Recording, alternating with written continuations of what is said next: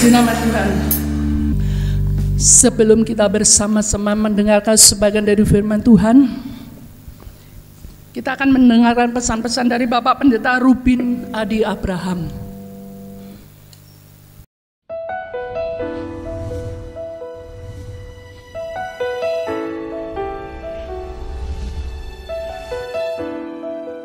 Salam saudara sekalian, di tengah dunia yang penuh dengan tantangan kita harus berdiri teguh dalam iman. Kalau saya perhatikan, kerang adalah binatang yang refleksnya kurang cepat. Jadi kalau ada kotoran atau pasir yang masuk, maka dia baru bisa menutup cangkangnya. Dan karena itu bisa terjadi berkali-kali, maka dia merasa nyeri. Tetapi setiap kali peristiwa itu terjadi, dia mengeluarkan cairan untuk menetralisir rasa sakit itu. Dan cairan itu lama-lama menggumpal, mengkristal, dan itulah yang kemudian diambil orang, sebutir mutiara. Jadi kalau boleh dibilang, mutiara adalah hasil tangisan seekor kerang.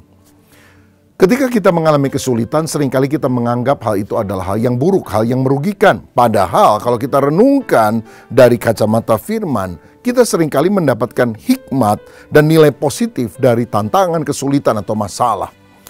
Pemazmur dalam Mazmur 119 ayat 67 pernah berkata, "Sebelum aku tertindas, aku menyimpang, tetapi sekarang aku berpegang pada janjimu." 71, bahwa aku tertindas itu baik bagiku, supaya aku belajar ketetapan-ketetapanmu. Siapa yang ditindas merasa sukacita? Tentu tidak ada. Tetapi pemazmur bilang, justru waktu aku tidak tertindas, hidup nyaman, enak. Aku menyimpang dari jalan Tuhan. Dan ketika aku dipukul, bukan cuma diajar, tapi dihajar, aku kembali hidup di dalam kebenaran. Bukankah ada manfaat positif dari kesulitan yang kita alami, sehingga kita harus teguh di dalam iman karena Tuhan melakukan segala sesuatu untuk kebaikan kita.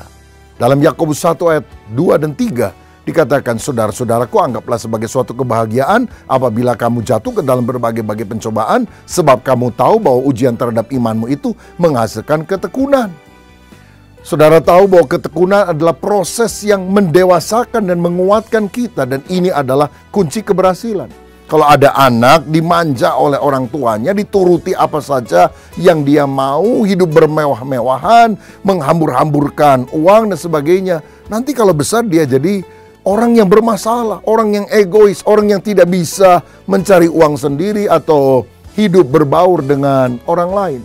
Karena itu ketika kita mengalami kesulitan, tantangan, mari kita bersyukur, mari kita optimis. Juga kesulitan, tantangan di dalam pelayanan, karena Tuhan ingin agar kita ulet, dan orang yang ulet akan dipahalai dengan kedewasaan rohani dan juga keberhasilan dalam kehidupan. Berdirilah teguh selalu di dalam Tuhan Yesus Kristus. Tuhan memberkati. Amin, puji nama Tuhan. Kata-kata iman boleh menguatkan kita semua. Kita tetap teguh di dalam kita mengelimpahkan Tuhan. Saya undang Bapak Ibu Saudara untuk bangkit berdiri. Tibalah saatnya kita akan bersama-sama mendengarkan sebagian dari firman Tuhan. Kita boleh bersama-sama memuji dan besarkan nama Tuhan pada pagi hari ini. Ini semua hanya oleh kasih kemurahan Tuhan yang diberikan kepada kita semua. Kesempatan yang indah kita boleh ada sampai saat ini. Ini kemurahan daripada Tuhan Yesus. Oleh sebab itu biarlah kita pada pagi hari ini mempersiapkan hati kita masing-masing untuk menerima sebagian dari firman yang sebentar akan disampaikan oleh hambanya. Beriku hati baru ya Allah.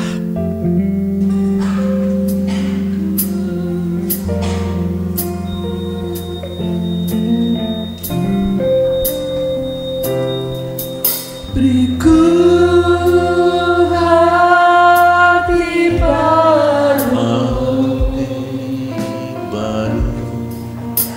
ya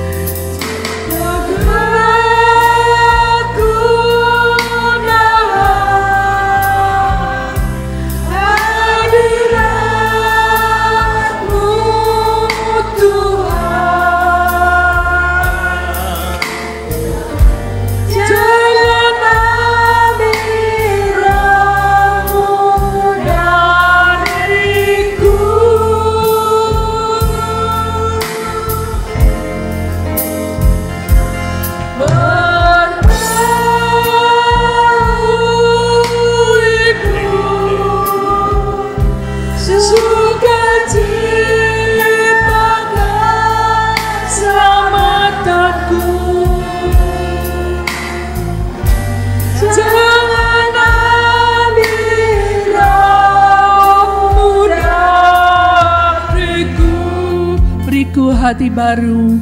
Mimbar selanjutnya dengan hormat saya serahkan kepada hambanya.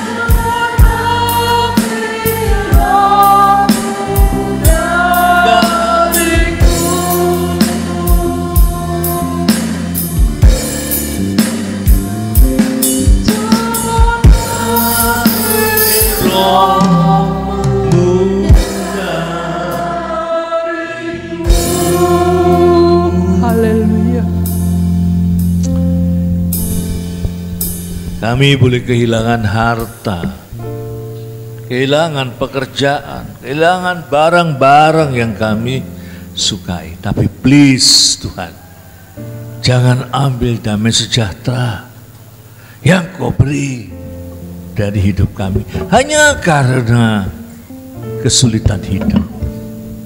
Jangan Kau ambil roh yang membuat kami berani, yang membuat kami tetap melayani dalam segala situasi. Jangan ambil sukacita suami, istri, keluarga yang sederhana, tapi dalam kesederhanaan itu kami menikmati kebahagiaan. Jangan ambil. Sebagai jemaat, jangan ambil pengertian kami dari firman-Mu hanya karena kami mangkel, hanya karena kami punya masalah. Gairahkan kami hari ini Tuhan. Jangan diambil dari kami sukacita kami. Yang melayani juga jangan diambil roh pelayanan itu. Yang memberi juga jangan diambil roh memberi itu. Yang punya talenta juga kami semua. Urapi kami, tidak cuma hamba-Mu tapi kami semua. Puji Tuhan. Jemaat yang percaya, mari kita bersama-sama berkata, amin. Beri tepuk tangan, sukacita kita semua. Ya. Walaupun tidak terlalu kenal, saya menyambut ibu yang sudah lama tidak ketemu katanya ya, yang tinggal di Manado, ternyata rumahnya di dekat sini ya, betul. Beri tepuk tangan. Beri tepuk tangan untuk Licin yang memimpin pujian. Beri tepuk tangan untuk Ibu Marta yang sudah mulai sembuh. Tepuk tangannya kabeh sak jam bubar. Ya, tahun ini saya bersyukur Tuhan kasih banyak bagian-bagian firman Tuhan yang dulu saya nggak lihat, yang dulu kedarung dikhotbahkan, tapi loh, sakjane mungkin nggak ngini yo. Nah, ya. Salah satunya saya mau ajak saudara membaca dan merenungkan Lukas 10 ayat 38 sampai 42 ya.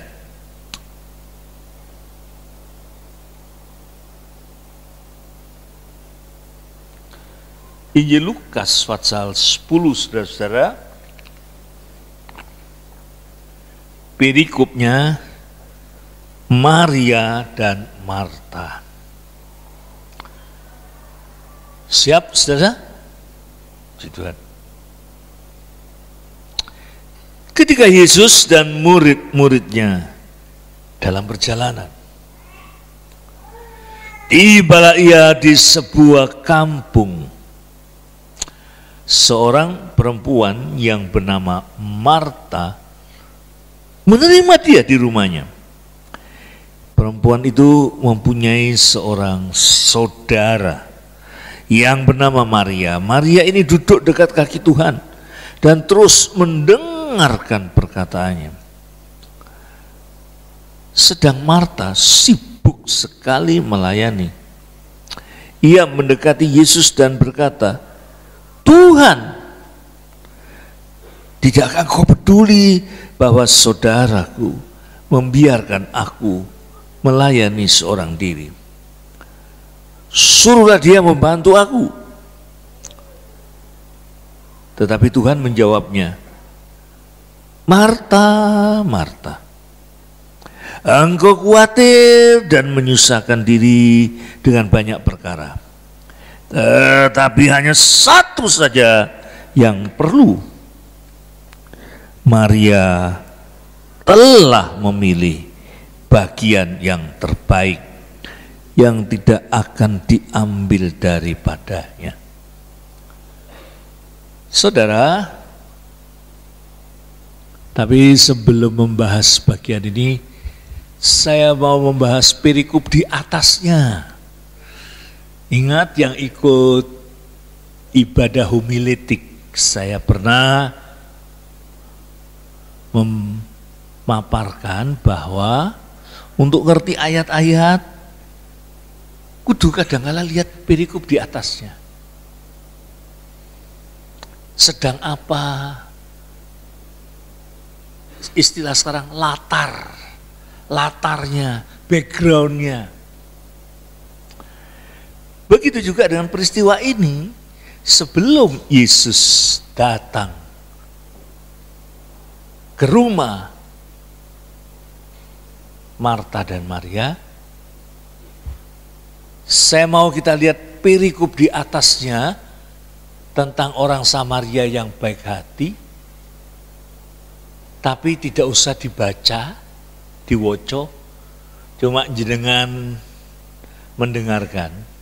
Lah, di sini Yesus sebelum di Marta dan Maria ini, yaitu Yesus berdebat, bercakap-cakap dengan ahli Taurat yang dikatakan cetha di situ. Nek ketemu Yesus untuk mencobai Yesus. Kesel nggak saudara-saudara? Kalau saudara ketemu orang lama nggak ketemu, ketemu pertanyaannya suka aneh-aneh, jebak-jebak. Kamu masih di gerejanya di Bandengan? Wah. Jebak.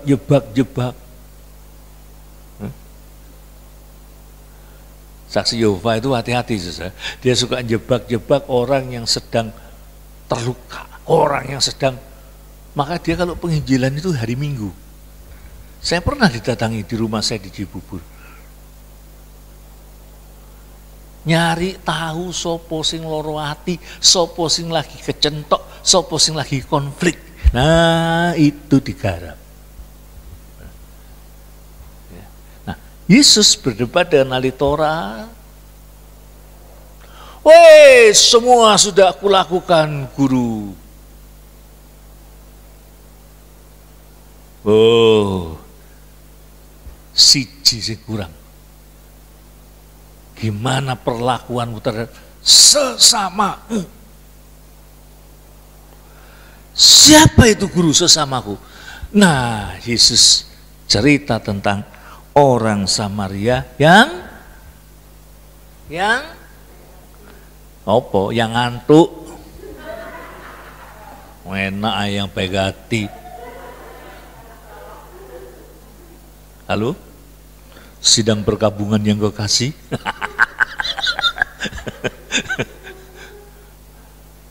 Ya. Nah, kesel, stres loh menghadapi ahli Taurat, tapi Yesus gak kentoro, stres biasa. Tegang kalau ketemu orang kayak gini, tegang kalau ketemu suasana kayak gini. Saya pernah tegang waktu dikasih tahu khotbah wiku majelis angel, pendetanya melo angel, jemaatnya nggak semangat, tegang, pengen cepet-cepet bar. Pernah saya juga diberitahu, saya mau menguji mahasiswa, tukang debat, kebetulan dia dari Advent. Nah, yang kurang ajarnya teman-teman tuh, iki enak iki no Pak Yuwai. Wah, tapi saya persiapan baik-baik, jelaskan baik. Satu kata pun tidak ngucap, tak antenin sambil ngurung watu, tegang. Nah, Yesus di perumpamaan tentang Samaria itu dia tegang, dia mungkin stres dikit, dia tidak happy setiap ketemu orang Farisi. Makanya saudara kalau ketemu orang tuh bikin orang itu happy. Amin saudara. Ya, kalau ketemu orang, kalau ke gereja itu bikin saudara-saudaramu di kiri kananmu itu happy. Amin saudara. Amin. Amin. Coba bilang sama kiri kananmu, are you happy?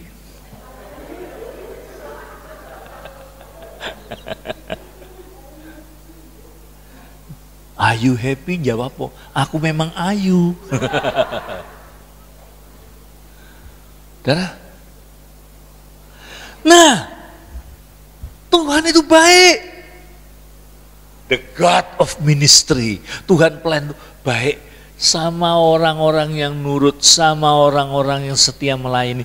Dia pindahkan sekarang dari suasana tegang, dari suasana debat ke rumahnya Marta dan Maria. Yesus sudah arep-arep, wis ben. Aku tak cepet-cepet, suasananya berubah. Kita pasti pernah ya, mertamu di rumah orang, tidak di welcome, kita pengen cepet-cepet pulang. Nah, ini apa saudara? Selingan rohani. Ini apa?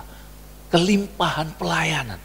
Jadi betah. Jadi jangan cepat kabur. Tuhan nanti bisa kasih suasana yang lain kalau kau setia. Amin, saudara-saudara. Amin. Nah, saya kalau pelayanan di desa atau besu, betah saya, saudara. Ya, Pak Pendeta, jangan pulang dulu. PT Tonggo ditangkap, saudara. Wah, ya.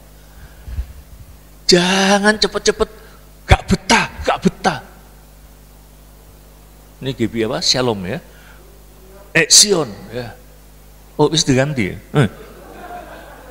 Gak betah. Tuhan bisa kasih suasana betah. Betah dan betah tuh di sini, bukan dari Tuhan. Apa? Pindah. Rasakan kelimpahan anugerah Tuhan. Oh, di pelayanan kita. Dan kalau saya diundang, saya harus tokoh agama, diundang ikuti acara maulutan segala macam, 3 jam dengerin musik yang itu gak betah. Tapi karena disorot, karena membawa nama Kristus Yaris, dibetah-betah, ngeli, lapar. Terus kalau ada acara-acara gitu tuh, makannya saudara, satu tampah itu, nasi di situ ada kambing, ada ayam, ada sayur, semua peserta itu kayak di India, pakai tangan,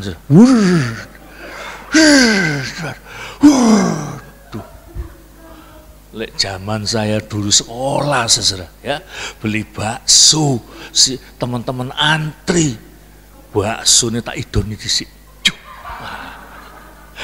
gak ono sing ngerebut,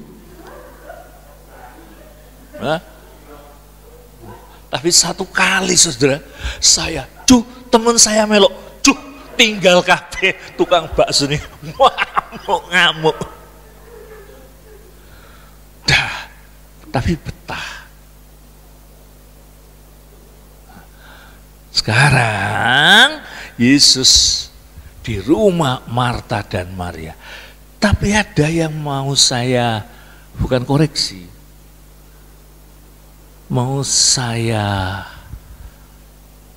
coba buka biar adil. Biasanya kalau membaca perumpamaan ini, membaca peristiwa ini, hati kita cenderung bela yang mana? Halo? Maria. Tadi betul, Marta sibuk. Bela Maria. Saya juga. Marta itu disudutkan. Nah, saya mau mengajak kita dalam membaca perikop, dalam menafsir, adil. Lihat dulu. Lah ini Yesus mau datang. Kalau kita baca itu kan kayak itu. Langsung spontan. Enggak. Mereka berdua sudah dengar Yesus mau datang. Sudah bikin kayak panitia kecil di antara mereka. Sudah siap-siap. Masa iya datang jrok langsung Maria ikut Yesus, Marta di dapur. Gak lah, gak gitu. Apalagi peristiwa ini terjadi setelah saudara mereka yang bernama Lazarus di sidang pergabungan yang kekasih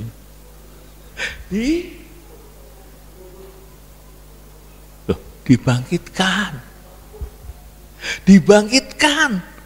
Sukacitanya kayak apa? Kabeh ditokke, kabeh disiapke. Nah, kira-kira masuk akal gak saudara? Marta sebagai kakak, dia bagi-bagi tugas. Dek, memang aku bagian masak. Tapi lek dekor makanan, resik-resik ruangan, wih, kamu gak kalah resik sama Ibu Debbie Kastanya. Wah. Kamu tuh lek goreng-goreng juga enak. Pasti ada pembagian tugas. Pasti. Iya kak. Wah, aku seneng lek suruh resik-resik. Seneng. Nopo? Kadang-kadang aku nemu duit. Seneng banget bagi tugas. Maria dan Marta. Marta sebagai kakak. Marta kelihatannya bertanggung jawab untuk kesuksesan, untuk keberhasilan. Kedatangan Yesus Kristus. Nah, Marta tentu menyiapkan yang susah-susah. Tapi Maria kebagian tugas juga. Mungkin bagian yang rada gampang, minuman. Rada gampang, bersih-bersih. toto meja, mendekor. Perhatikan ya, ini titik penting. Tiba-tiba Yesus datang. Sebagai catatan, ini kedatangan Yesus terakhir sebelum dia disalib. Kayaknya Maria sudah kontak batin. Nah, saudara, ya basa-basi apa kabar? Wah, aku senang bisa mampir di rumahmu. Kayaknya ini terakhir. Kayaknya ini terakhir aku ke rumahmu. Dek, Maria langsung, oh terakhir. Nah saudara,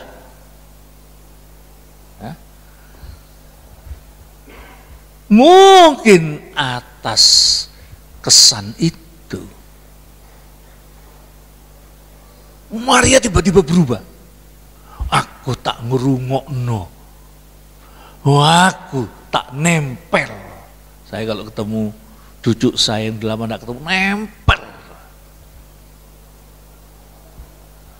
Nah, saudara, sehingga Maria di ruang tamu itu duduk di sebelah kaki Yesus. Menurut peraturan Taurat tidak boleh duduk seperti itu karena bukan muhrimnya, kok muridnya, muhrimnya. Tapi Yesus no problemo, enggak apa-apa, asal kau belajar. Maria, Marta gini loh saudara, jangan cuma tiba-tiba bersikap tidak adil. Marta itu kakak, Marta itu ngomong, Marta itu bertanggung jawab terhadap adiknya. Tidak hanya soal pakaian, soal makan, soal mental, soal etika. Loh, adikku kok tiba-tiba gini? Adikku ini kesambet di mana? Adikku tuh yang sudah sepakat untuk rewang-rewang sidik-sidik. Loh, jangan-jangan adikku ini salah mengartikan ajaran Yesus. Sesat. Ini sikap yang baik. Ini sikap kakak yang baik. Daripada banyak suami malah ngiring keluarganya ngikuti ajaran sesat. Ini bagus. Dia ngomong and protection and bertanggung jawab terhadap mentalnya. Malu dong. Aku kakak yang sudah mendidik, aku kakak yang sudah ngajari etika, unggah-ungguh. Loh, saudara, yang namanya ajaran sesat itu, tidak di dunia Islam, tidak di dunia Kristen, itu bisa mengandung tiba-tiba. Kalau di kalangan Islam, biasa bertetangga baik, tiba-tiba menyendiri. Tiba-tiba nggak ikut pengajian katanya. Ikutnya yang lain, bodoh di Kristen juga. Tiba-tiba nggak ke gereja. Seperti teman saya pendeta John Samuel, waktu saya khotbah di Bandung. Ibadah pagi dia tidak ada, sore ada. Dia bilang, aku baru ketemu mantan pemuda-pemudiku. Yang dulu berbakti dengan setia. Tiba-tiba lama nggak datang, pindah, tak samper. Oh, di sini sudah ada penginjil muda. Wah. Tiba-tiba tidak melayani. Tiba-tiba ternyata penginjil itu ajarannya sesat. Banyak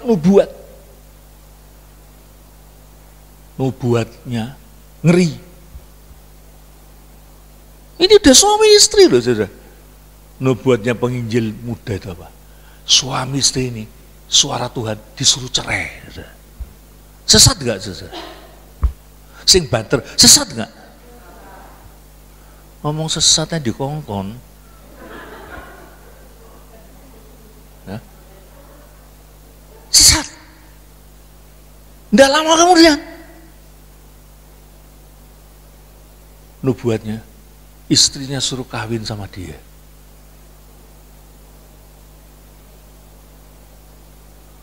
Tidak lama kemudian, nubuatnya, cerai.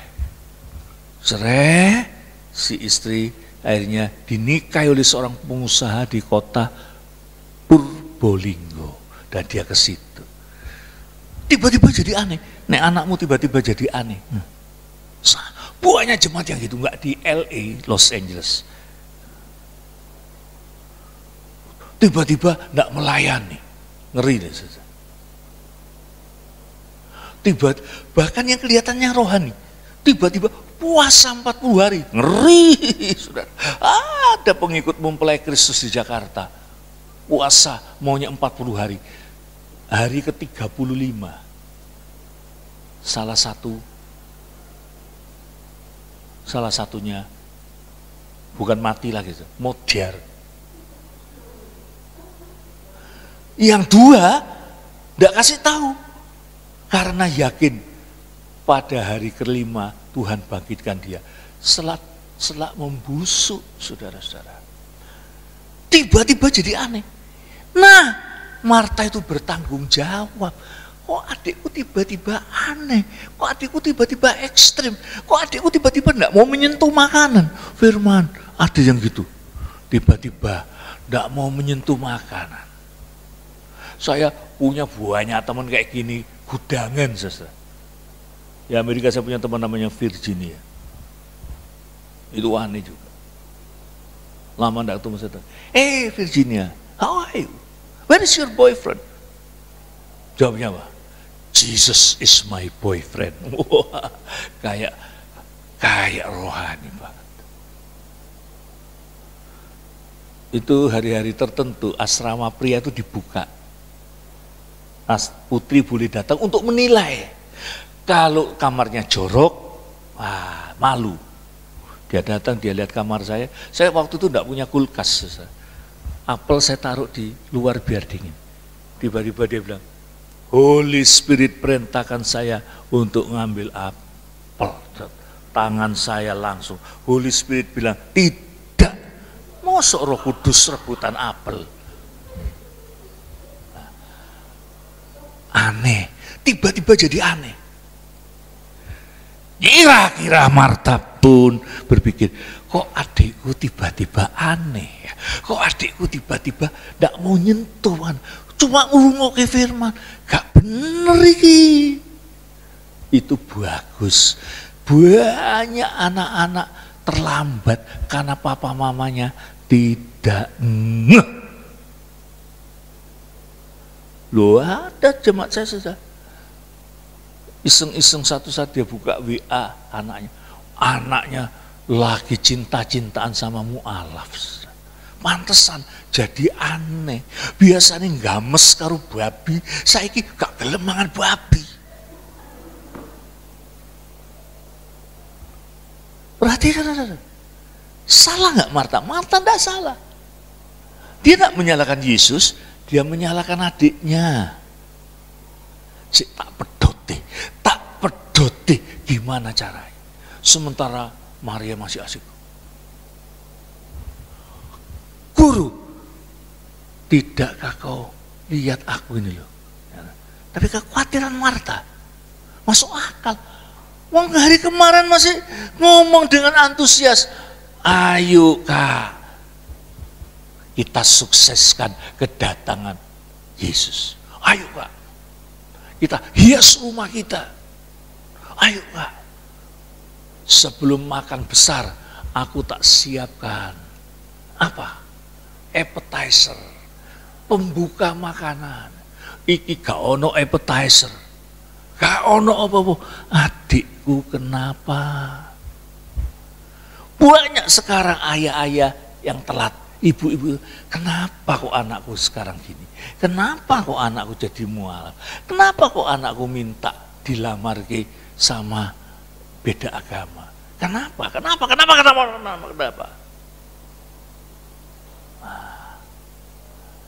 Marta itu bagus, dia kepala rumah tangga.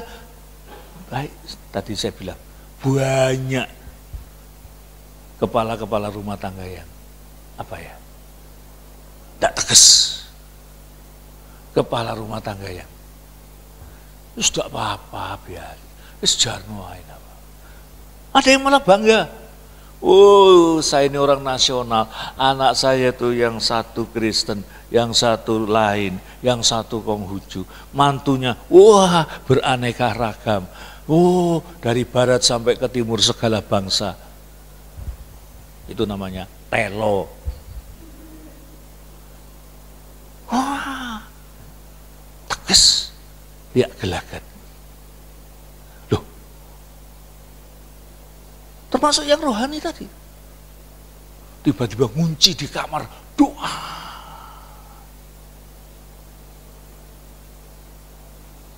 Saya waktu itu pas ada di Pematang Siantar dalam satu kelompok pastoral sosial, saya bertemu dengan Romo Senator. Saya tanya, enggak usah hari ke-35 Pak, hari ke-10 oksigen enggak ada, di otak itu halusinasi, suara Tuhan macam-macam. Itu dicegah. Ojo malah melok, oh iya, ya apa rupanya Tuhan Yesus, oh iya, ya apa rupanya malaikat. Itu namanya EB, singkatan dari edan bareng. Akeh lo di jemaat yang edan bareng. Tegas. Kalau anakmu kerja di luar kota, jangan suami, wah itu urusannya istri saya. Tanya gimana? Nanti kalau sampai di tempat kerja, diem-diem jadi mu'alaf, nangis awakmu. Tuh, tanya, tidak apa-apa. Duh, wis duwe pacar, peseni bapak. Peseni bapak. Itu tanggung jawab Marta, saudara-saudara. Yesus tidak memarahi Marta keterlaluan sebetulnya. Yesus hanya membaca, tidak usah khawatir. Le orang itu mendengarkan firman sungguh-sungguh, tidak usah khawatir sesat. Tidak usah suudon. Nah yang dikhawatirkan itu, yaitu tadi, kalau kesengsem sama penginjil hebat, wah itu bisa disesatkan. Yang khawatir itu kalau wah ada gereja, megah, wah sok. Saya sering ketemu murid-murid itu, sok ngomong biasa ini. Lek sudah di mimbar jadi shalom, saudara. Iki arek iki bindeng napa ya? Saudara. Ini pagi Tuhan mau bicara sama kita. Tuh. Lek cedek pengen tak tempiling saja nih saudara. Di desa. Wah, Inggris-Inggrisan ngusir setan aja pakai bahasa Inggris. In the name of Jesus. Setane wong Sumber Pucung takon, kados pundi Mas? Nggak usah yang aneh-aneh. Banyak sesat itu karena tertarik sama yang aneh-aneh. Pendetaku bisa tahu, di mataku ada laba-labanya, di hatiku ada. Nggak usah yang gitu-gitu. Saya itu dari dulu sederhana biasa, nggak yang aneh-aneh. Jadi Marta pada poin ini, menurut saya tanggung jawab dia. Loh, wong kemarin tuh adikku tuh paling semangat. Loh, wong kemarin tuh dia masih rencana ini, sekarang kok babar, blas enggak, cuma duduk tok, gak beres hari ini. Cingli enggak saudara-saudara? Dan dia sebagai kakak. Apa? Kalau kau punya anak, tiba-tiba males ke gereja, males WL, males senangannya ke satu persekutuan yang Selidik kono.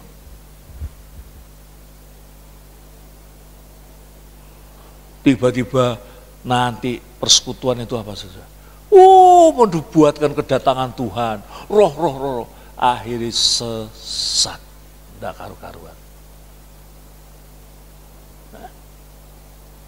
Nah, tentu saudara-saudara, kita menyambut.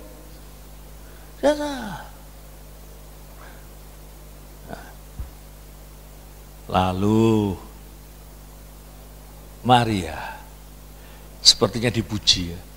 Tetapi Maria telah mengambil satu yang penuh. Ya, ini untuk kita semua. Jadi ada buku yang bagus. Menjadi Maria, cinta Tuhan. Di dunianya Marta.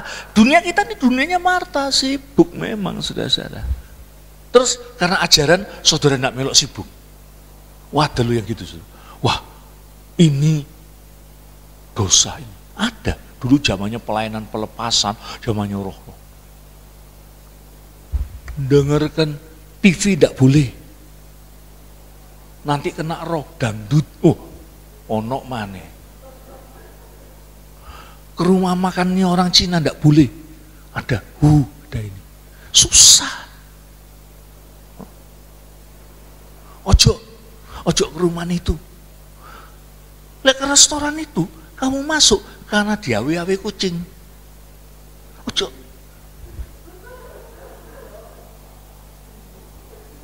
Lek ngono carane gak mangan tuh saudara-saudara.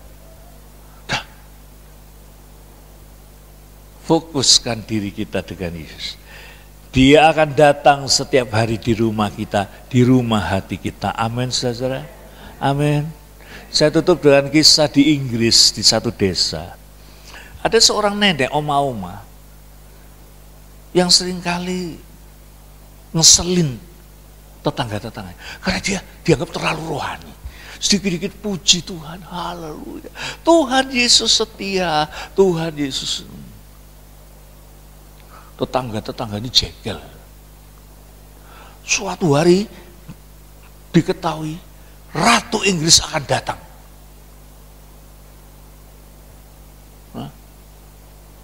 Akan mampir di desa itu, mampir di rumah-rumah. Ayo kita jebak nenek sok rohani ini. Ayo kita jebak dia. Kalau ada kesalahan, dia bisa ditangkap.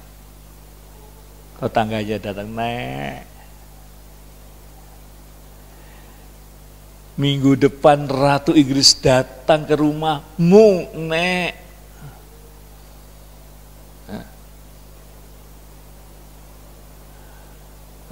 Ratu Inggris datang. Gimana menurut kamu? Apa cuma Yesus tok yang kamu anggap di rumah ini? Ratu Inggris akan datang. Wah, ini jebakan. Kalau si nenek itu bilang, Ratu Inggris tidak boleh datang karena di rumahku sudah ada Yesus. Bisa ditangkap. Bisa ditangkap.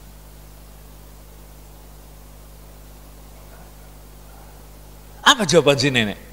Membuat tetangga dia. Oh, puji Tuhan kalau Ratu Inggris datang. Berarti Tuhan dengar doaku. Sebagai orang miskin, dia mau datang. Tuhan yang suruh. Tetangga-tetangga langsung macet. Dia akan hadir di rumah kita. Amin. Mari kita bangkit berdiri, saudaraku sekalian.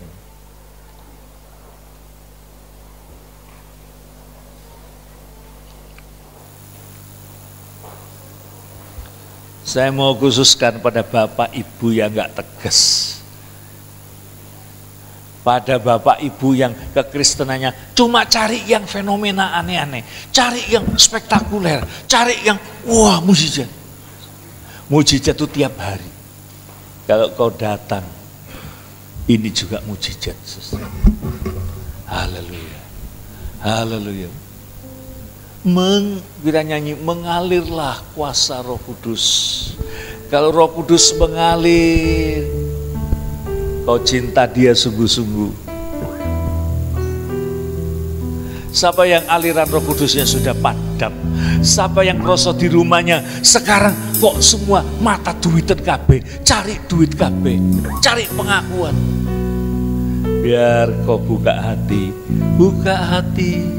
Roh Kudus bekerja. Mengalirlah kuasa Roh Kudus, mengalirlah di tempat ini, mengalirlah Roh Kudus, pulihkanku. Jangan cuma nyanyi, buka hati. Cuma Roh Kudus yang bisa bereskan stres, sesat. Cuma Roh Kudus yang bisa bicara sama anak-anakmu yang keras hati. Kau rindu, aku ingin anak-anakku kembali cinta pertama seperti dulu. Kalau ada keluarga-keluarga yang suam, minta Roh Kudus hadir. Serius, sambil angkat tanganmu tinggi. Mengalirlah kuasa Roh Kudus di tempat ini. Teriak, mengalirlah Roh Kudus. Pulih. Sekali lagi, sambil kau buka hati, mengalirlah kuasa Roh Kudus. Yes, mengalirlah di tempat ini, mengalirlah Roh Kudus di hidupku. Beritakan juga pada yang lain. Tidak usah kemana-mana. 2-3 orang berkumpul, iya, lawat hati kita. Ayo kita kembangkan rumah Marta dan Maria di tempat ini. Terima kasih saudara Kristen mondar-mandir, saudara yang ajarannya kesini kesana. Itu nanti diikuti oleh seluruh keluargamu. Nanti terlambat loh. Terima kasih Tuhan. Terima kasih, ingatkan kami. Terima kasih untuk contoh Marta yang protektif terhadap adiknya. Ampuni kami. Biar yang pria jadi imam. Betul-betul imam. Yang wanita jadi ibu gembala, ibu rohani. Terima kasih. Sehingga anaknya tidak keluar kemana-mana untuk cari hal-hal yang rohani. Sehingga tidak ada ajaran sesat yang mampu untuk mencuri hatinya. Terima kasih. Dalam namamu kami berdoa. Semua berseru bersama saudaraku. Amin. Beri tepuk tangan sukacita kita. Haleluya.